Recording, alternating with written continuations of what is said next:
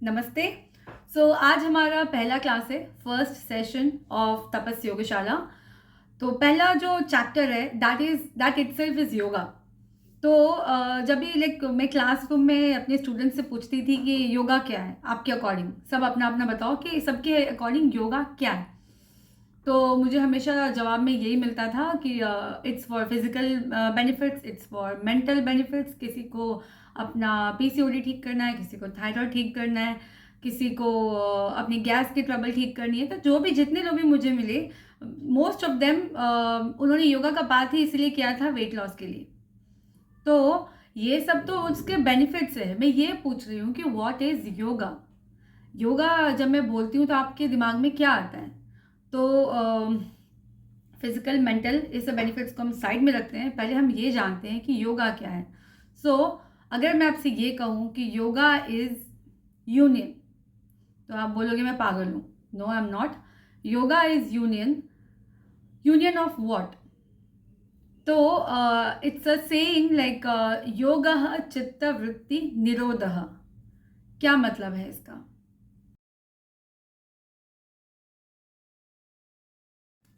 तो पहले हम योगा का मतलब जान लेते हैं बहुत सिंपल लैंग्वेज में। योगा जो है, योगा वो एक संस्कृत वर्ड से लिया गया है, दैट मीन्स युज, YUJ। इसका मतलब है टू यूनाइट, टू योग। सिंपल मतलब है, ज़्यादा डिटेलिंग में नहीं जाऊंगी मैं बिल्कुल आपको लेमैन लैंग्वेज में समझाऊंगी। योगा का मतलब है टू यूनाइट। अब टू यूनाइट, क्या यूनाइट करना है यहाँ पे?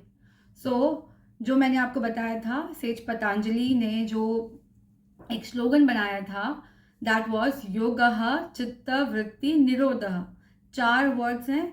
सबसे पहला योगः। योगः मैंने अभी आपको बताया, दैट इज टू यूनाइट और टू योग। ये आपका मतलब हो गया योगा का, योगः। नाउ सेकेंड कम्स चित्ता।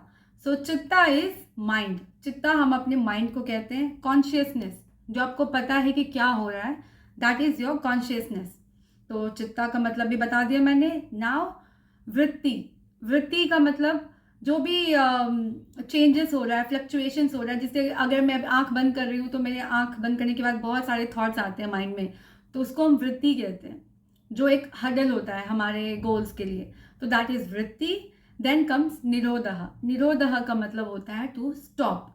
तो इसका मतलब सिंपल लैंग्वेज में इसका मतलब ये है कि योगा जो है, योगा का काम ही यही है कि आपके माइंड में जो फ्लक्चुएशंस हैं, जो चेंजेस हैं, जो वृत्तिज आ रही हैं, उसको स्टॉप करना। अंडरस्टूड? बहुत सिंपल मीनिंग है। अब योगा को हम योगा इक्वल्स टू यूनाइट। तो टू यूनाइट, क्या यूनाइट कर रहे हैं? ये सारी बातें जो मैंने बताई, ये आप पहले चैप्टर में सीखेंगे कि योगः चित्त वृत्ति निरोधः। ये आप याद कर लीजिए। योगा को हम क्लासिफाई करेंगे 4 पाथ, दैट इज 4 मार्ग। 4 मार्ग में हम योगा को क्लासिफाई करेंगे।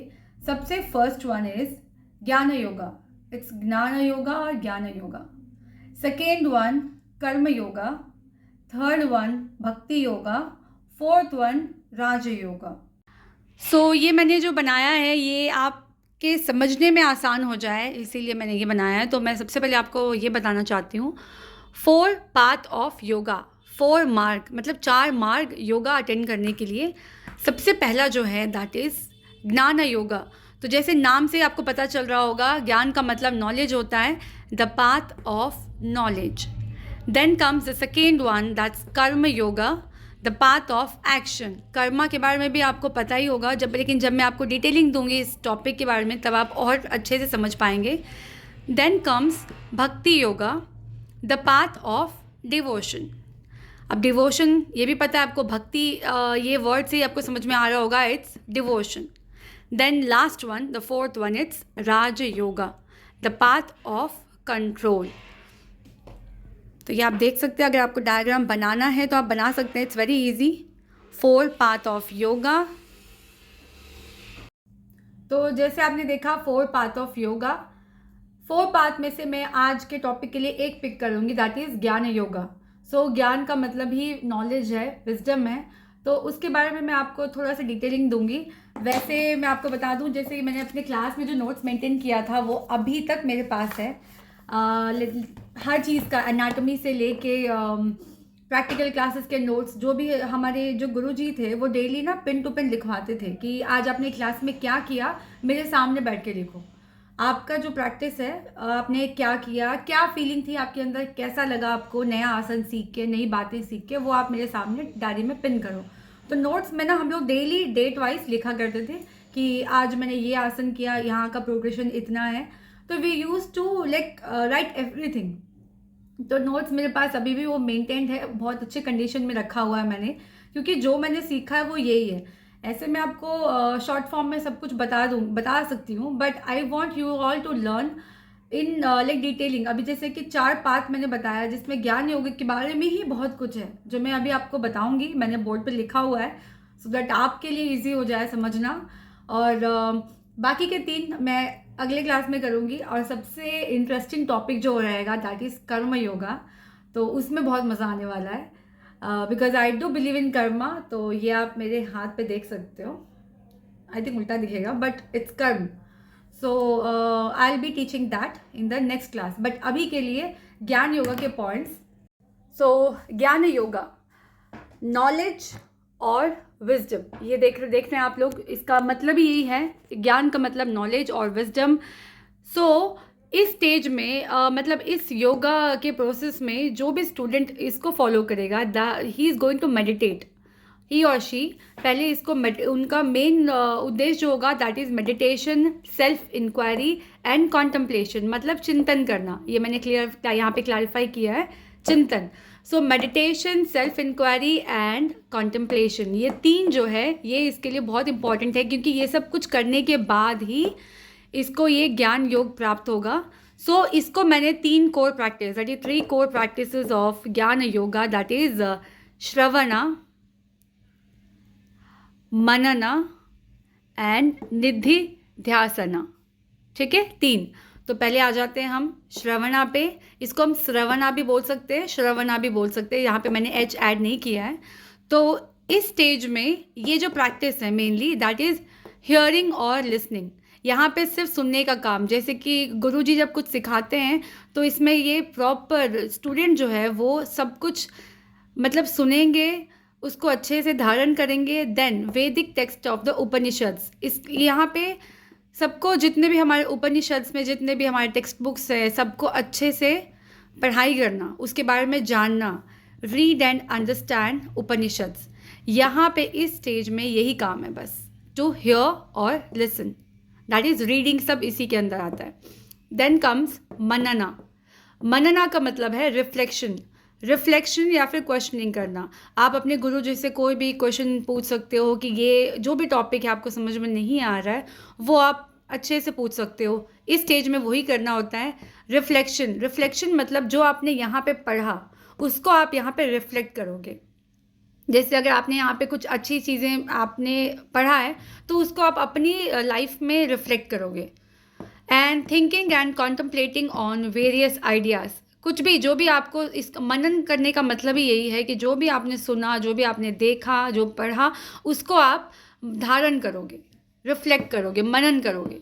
देन कम्स निधि ध्यासना। इसको हम ऐसे हाफ ऑफ कर सकते हैं अगर लंबा आपको समझ में नहीं आ रहा है। निधि ध्यासना, मेडिटेट, आसन, निधि ध्यान, यहाँ से आप देख सकते हैं, ध्यासना that's meditate.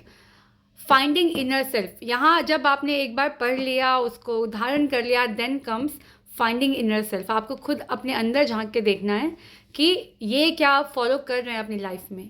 Reflection of the great sayings, जो भी हमारे पूर्वज कह के गए हैं, जो भी हमारे बड़े लोगों ने बोला है, क्या आप उस पर रिफ्लेक्ट कर रहे हो। तो ये 3 कोर प्रैक्टिस है ज्ञान योग का। तो जो लोग ज्ञान योग प्रैक्टिस करते हैं उनको ये तीनों चीज़ ज़रूर प्रैक्टिस करना चाहिए। तो अगर आपको मैं हिंदी में समझाना चाहूँ, अगर एक डेफिनेशन दूँ तो दैट इज़ ज्ञान योग, ज्ञान और स्वयं की जानकारी प्राप्त करने को कहते हैं, that is your inner self. Apart from this, ये आपको ज्ञान योग समझ में आ गया होगा। सिंपल लैंग्वेज में यही है कि आप ये किताबी ज्ञान कह सकते हो आप इसको। Okay, then comes benefits. इसके बेनिफिट्स क्या क्या हैं? अगर आप ज्ञान योग कर रहे हैं तो इसके बेनिफिट्स क्या क्या हैं?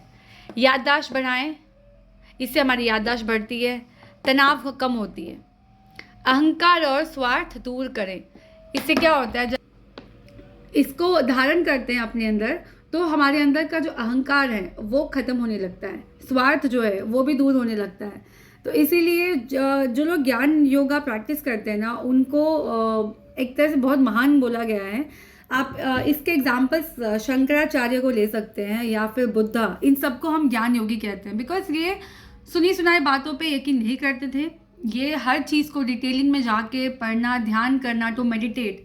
तो ज्ञान योगी का एग्जाम्पल ही बुद्धा को आप ले सकते हैं, और शंकराचार्य हैं, और बहुत सारे एग्जाम्पल्स हैं।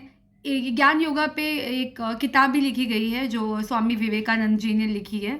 तो अगर आपको ज्ञान योग के बारे में डिटेलिंग चाहिए तो आप वो बुक ज़रूर पढ़ें। नंबर जो आता है दैट इज़ बेहतर निर्णय लेने की क्षमता बढ़ाएं, भावनाओं को नियंत्रित करें।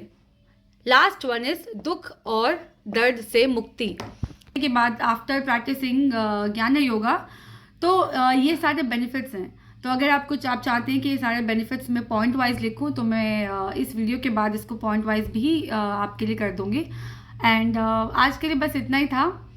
कल मैं बाकी 3 कर्म योगा, राज योगा एंड भक्ति योगा, इसके बारे में क्लास लूँगी। और जैसे मैंने पहले भी बताया था, मैं कोई प्रो टीचर नहीं हूँ, मैंने भी अभी से स्टार्ट किया है।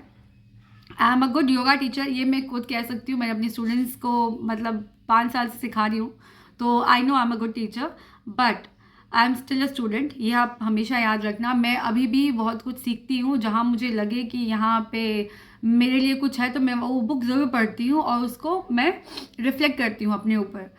तो अगर मेरे पढ़ाई में कहीं पे भी आपको लगे कि कुछ चेंजेस करनी चाहिए, तो प्लीज़ मुझे आप कमेंट बॉक्स में ज़रूर बताएं, and I would really appreciate it.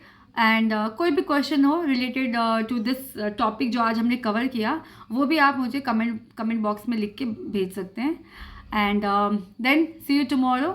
Okay then, bye bye, take care.